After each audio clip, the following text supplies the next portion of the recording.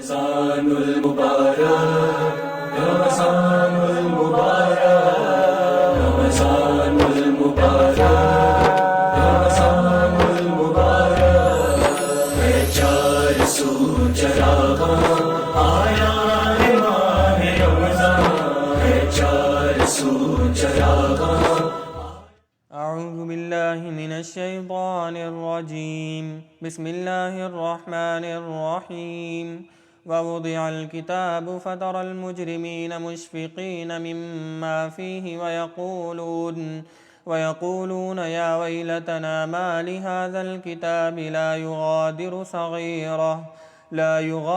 सगीरतन वला कबीरतन इल्ला अहसाहा ववजदू मा अमिलू हाज़िरा वला यज़लिमु रब्बुका अहदा। वइज़ क़ुल्ना लिल्मलाइकति इसजुदू लिआदम फसजदू इल्ला इब्लीस कान मिनल जिन्नि फफसक़ अन अम्रि रब्बिह अफ़तत्तख़िज़ूनहु व ज़ुर्रिय्यतहु औलियाअ मिन दूनी व हुम लकुम अदुव्व बि'स लिज़्ज़ालिमीन बदला। मा अशहदतुहुम ख़ल्क़स समावाति वल अर्दि वला ख़ल्क़ अनफुसिहिम वमा कुन्तु मुत्तख़िज़ल मुदिल्लीन अदुदा। वयौम यक़ूलु नादू शुरकाइय अल्लज़ीन ज़अमतुम फ़दअूहुम फ़लम यस्तजीबू लहुम वजअलना बैनहुम मौबिक़ा। वरअल मुजरिमून अन्नार फ़ज़न्नू अन्नहुम वाक़िऊहा वलम यजिदू अन्हा मस्रिफ़ा। वलक़द सर्रफ़ना फ़ी हाज़ल क़ुरआनि लिन्नासि मिन कुल्लि मसल वकानल इंसानु अक्सर शैइन जदला। सदक़ल्लाहुल अज़ीम। रमज़ानुल मुबारक, रमज़ानुल मुबारक, रमज़ानुल मुबारक, रमज़ानुल मुबारक।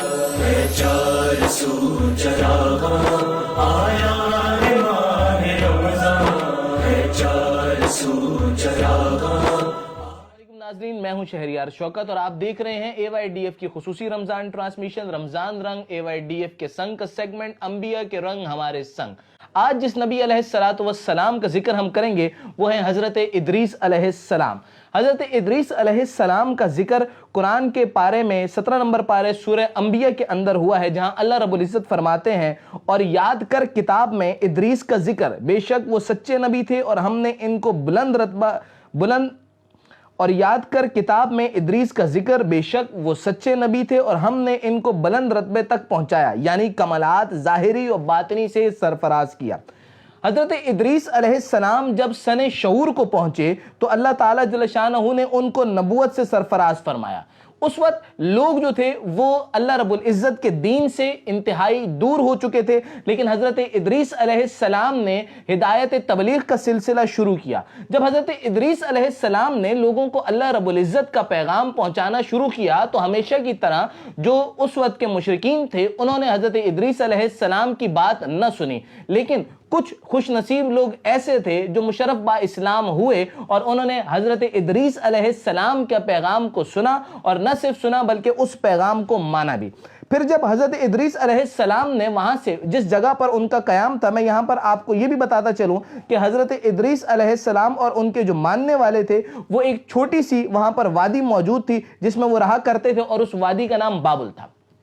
हजरत इदरीस अलैहिस्सलाम ने अल्लाह रब्बुल इज्जत के हुक्म से अल्लाह के मानने वालों को, वो जो उनकी एक मुख्तसर सी जमात थी, उस मुख्तसर सी जमात को वहां से हिजरत करने का कहा। यह हुक्म अल्लाह रब्बुल इज्जत की जानिब से ही आया था, लिहाजा हजरत इदरीस अलैहिस्सलाम ने अपनी जमात के साथ वहां से हिजरत करने का फैसला किया।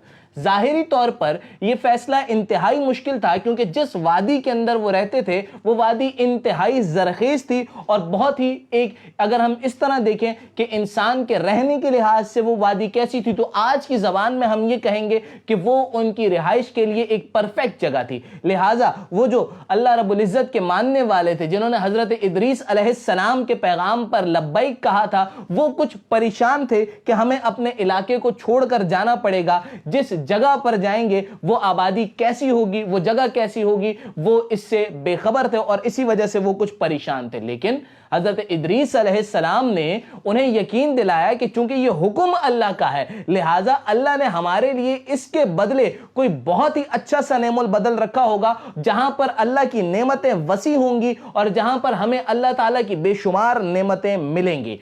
वो तमाम अफराद जो मुशर्रफ इस्लाम हो गए थे, हजरत इदरीस अलैहिस्सलाम के कहने पर अल्लाह के हुक्म को मानते हैं और हजरत इदरीस अलैहिस्सलाम के साथ वहां से रवाना हो जाते हैं। ये अब नई जगह पर पहुंचते हैं तो इस जगह को देखकर इंतहाई खुशी महसूस करते हैं, इंतहाई शादाबी महसूस करते हैं कि ये सरजमीन उनकी पहली वादी की तरह इंतहाई खूबसूरत, या फिर मैं यूं कह दूं कि इंसानों के रहने के लिए एक परफेक्ट जगह थी। ये जगह जो मौजूदा दौर का मिस्र है वहां पर मौजूद थी। इस जगह पर हजरत इदरीस अलैहिस्सलाम ने अपने मानने वालों के साथ कयाम किया। मैं आपको यह भी बताता चलूं कि हजरत इदरीस अलैहिस्सलाम जो थे वो तमाम तर जबानों पर उबूर रखते थे, उन्हें तमाम तर जबानें आती थी। मैं एक और यहां पर इजाफी नोट आपके समातों की नजर करना चाहूंगा, वो ये है कि हजरत इदरीस अलैहिस्सलाम ने वो जितने अफराद थे उन्हें तमाम फिरकों की तालीमात से नवाजा, क्योंकि जितने भी लोग थे उनका ताल्लुक तमाम फिरकों से था, उन्हें जमा किया, उन्हें मुख्तलिफ किस्म के उलूम से नवाजा और यहां तक कि सियासत और उसके कवायद और उसके उसूल जो थे वो हजरत इदरीस अलैहिस्सलाम ने अल्लाह रब्बुल इज्जत के हुक्म से अपने मानने वालों को सुनाए। जितने भी कवानीन थे, जितने भी वहां के कवायद थे, वो तमाम हजरत इदरीस अलैहिस्सलाम ने अपने मानने वालों को सिखाए। न सिर्फ ये बल्कि शरीयत के भी जो कवानीन थे वो तमाम मालूमात, वो तमाम तालीमात हजरत इदरीस अलैहिस्सलाम ने अपने मानने वालों को दी। इस पूरी किस्से के अंदर, इस पूरे वाकये के अंदर दो बातें इंतहाई अहम हैं जो आपको समझनी होंगी। पहली कि सियासत का दौर या सियासत की जो तालीमात हैं वो आज के जदीद दौर की तालीमात नहीं है। आज इसका सेहरा कोई नहीं ले सकता कि हम सियासत के बानी हैं या हमने इसका आगाज किया, बल्कि अल्लाह रब्बुल इज्जत ने अपने नबी हजरत इदरीस अलैहिस्सलाम को कई हजार साल पहले सियासत की तालीम दी जो हजरत इदरीस अलैहिस्सलाम ने अपने मानने वालों की दी। दूसरी बात कि अल्लाह रब्बुल इज्जत के हुक्म को मानने में जाहिरी तौर पर आपको यकीनी तौर पर मुश्किलात नजर आएंगी। आपको ऐसा लगेगा कि ये मामलात हमारे लिए मुश्किल होंगे, लेकिन चूंकि वो अल्लाह का हुक्म है, अगर उस हुक्म को हम तस्लीम कर लेंगे तो वही हमारे लिए फायदेमंद और सूदमंद साबित होगा। जिस तरह हजरत इदरीस और उनकी जमात ने जब हिजरत की तो जाहिरी तौर पर उनको ऐसा लगा कि ये आने वाला वक्त हमारे लिए मुश्किल होगा, कि हमें अपना घर छोड़ना पड़ रहा है, लेकिन जब उन्होंने अल्लाह के हुक्म को माना तो ये बात उन पर भी साबित हो गई और आने वाले तमाम बनी नूह इंसान पर यह बात साबित हो गई कि जो अल्लाह का हुक्म है उसी को मानने में हमारी बका है। इंशाअल्लाह अजीज, अल्लाह रब्बुल इज्जत ने चाहा, जिंदगी रही तो आने वाले दिनों में कल फिर हम आपको किसी और नबी का वाकया आपको सुनाएंगे और उनकी तालीमात से आपको आगाह करेंगे। मुझे इजाजत दीजिए, अल्लाह हाफिज। रमज़ानुल मुबारक, रमज़ानुल मुबारक, रमज़ानुल मुबारक, रमज़ानुल मुबारक। है चार सू चरागा आया है माह रमज़ान, है चार सू चरागा।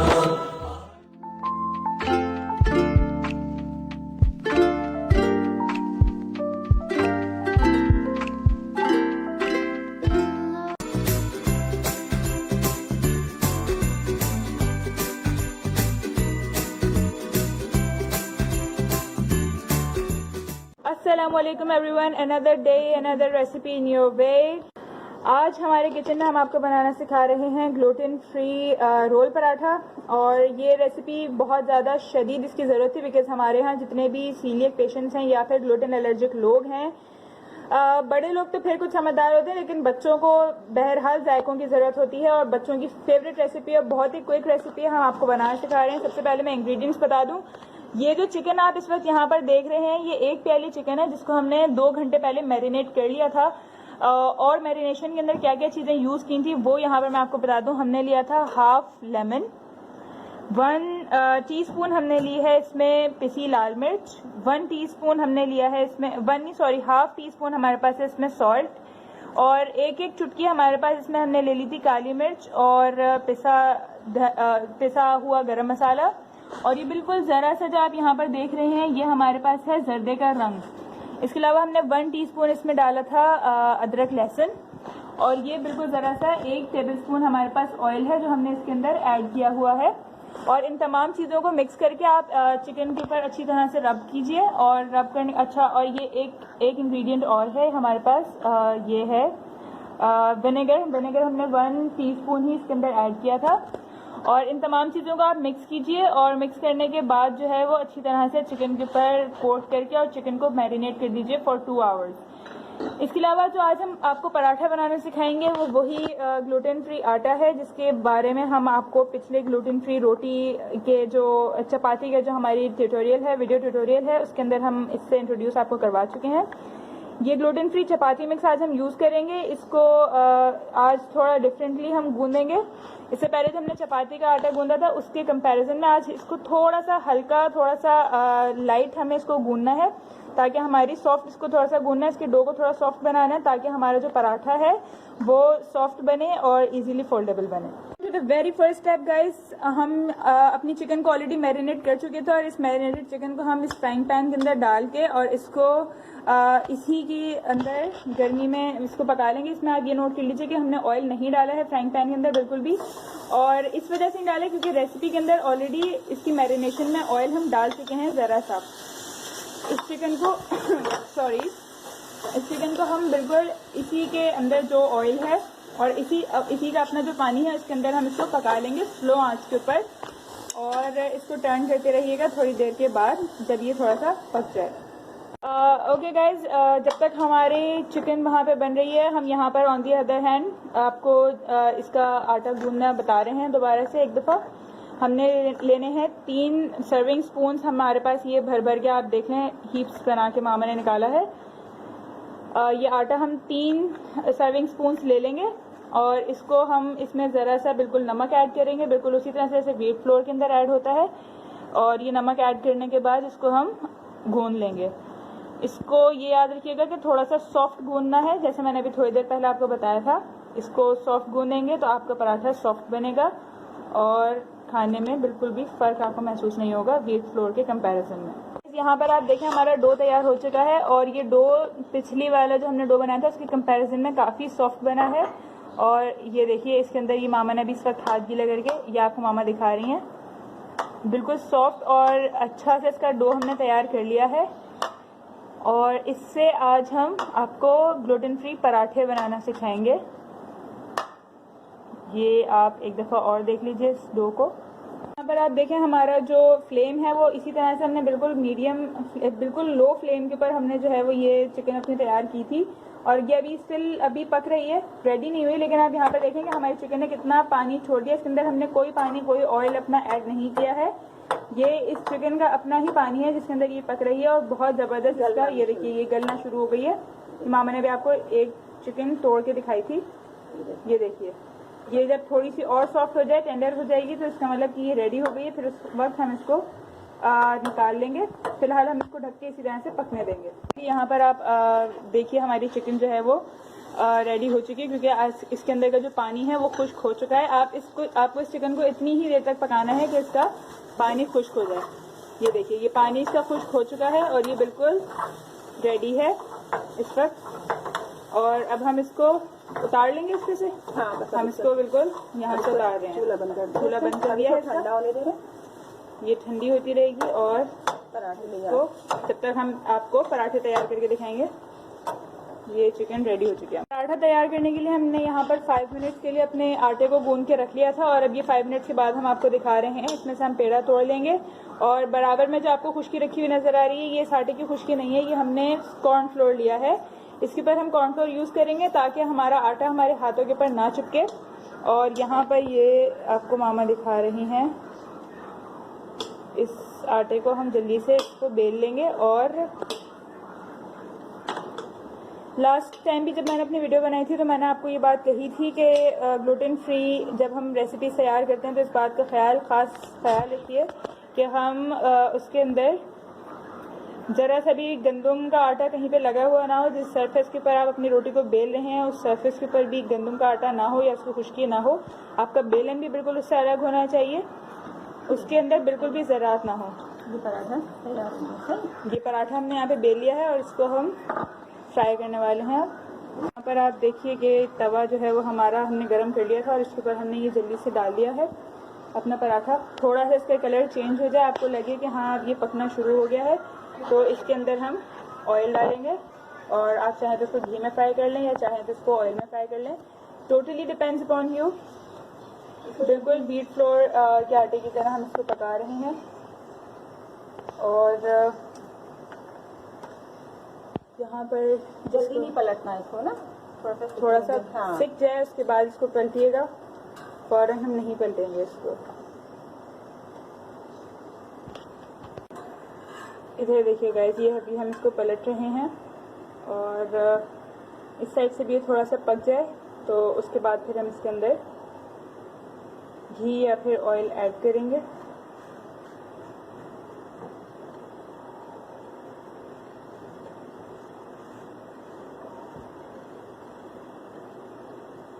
इस आटे की ख़ास बात यह है कि इसके अंदर ये ग्लूटेन फ्री होने के बावजूद भी सख्त नहीं होता, जिस तरह से कंपैरेटिवली दूसरे ग्लूटेन फ्री आटे जो चावल का आटा या मकई का आटा हमारा बहुत ज़्यादा सख्त हो जाता है, फोल्डेबल नहीं होता।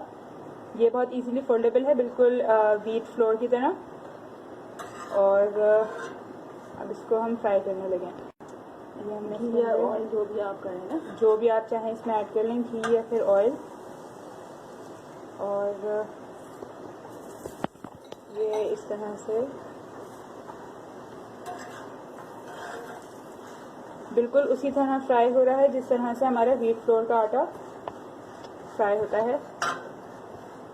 ये अगर आप इसका कलर इस वक्त देख सकें, मैं टॉर्च ऑफ करके दिखाने की, हाँ ये बेटर लुक है। यहाँ से आप इसको देख सकते हैं कि बहुत ज़बरदस्त इसमें कलर भी आ रहा है। और मीडियम फ्लेम पे बनाना है, बहुत ज़्यादा है। ये मीडियम फ्लेम के ऊपर, मामा जैसे सेट कि इसको हमने मीडियम फ्लेम के ऊपर बनाना है। इसको बहुत ज़्यादा तेज़ आप आंच नहीं करेंगे इसकी, अदरवाइज़ ये जलने लगेगा। और यहाँ पर हमारा जो है ये पराठा रेडी हो चुका है। इसको हम इसको उतार लेंगे और बिल्कुल इसी तरह से, इसी प्रोसीजर से आपको दूसरे वाले पेड़े का भी पराठा बना लेना है। और एक दफ़ा जब आप वो पराठा बना लेंगे तो फिर हम आपको दूसरी इसकी बाकी की रेसिपी बताते हैं कि किस तरह से हमें रोल पराठा तैयार करना है। ये हमारा पराठा यहाँ पे रेडी हो चुका है गाइस, इस तरह आप देख सकते हैं। और ये गाइस यहाँ पर आप देखिए हमारा दूसरा पराठा भी जो है वो तैयार हो चुका है। चूल्हा हमने बंद कर दिया है और अब हम इसकी आपको असेंबलिंग करना सिखाएंगे। ये हमारा दूसरा पराठा यहाँ पे रखा हुआ है और अब जो है वो इसकी असेंबलिंग स्टार्ट होगी। यहाँ पर मामा ने ये जो चिकन है इसके मामा ने थोड़े से छोटे पीसेस कर लिए थे और ये प्याज के रिंग्स हमने रखे हुए हैं और दही की चटनी हमने बना रही थी। चटनी आप जितनी चाहें ना, जितनी चाहें आप इसमें ऐड कर लें, बिल्कुल अपने टेस्ट के हिसाब से। जल्दी जल्दी से हमने इसके ऊपर चटनी स्प्रेड की और ये इसके ऊपर हम ऐड कर रहे हैं चिकन। हाँ, ये मैंने अभी just I just told everyone कि हमने चिकन के थोड़े से छोटे से पीसेस कर लिए थे ताकि ये गिरे भी नहीं और थोड़ा सा पार्ट बन जाए रोल पराठे का सही से।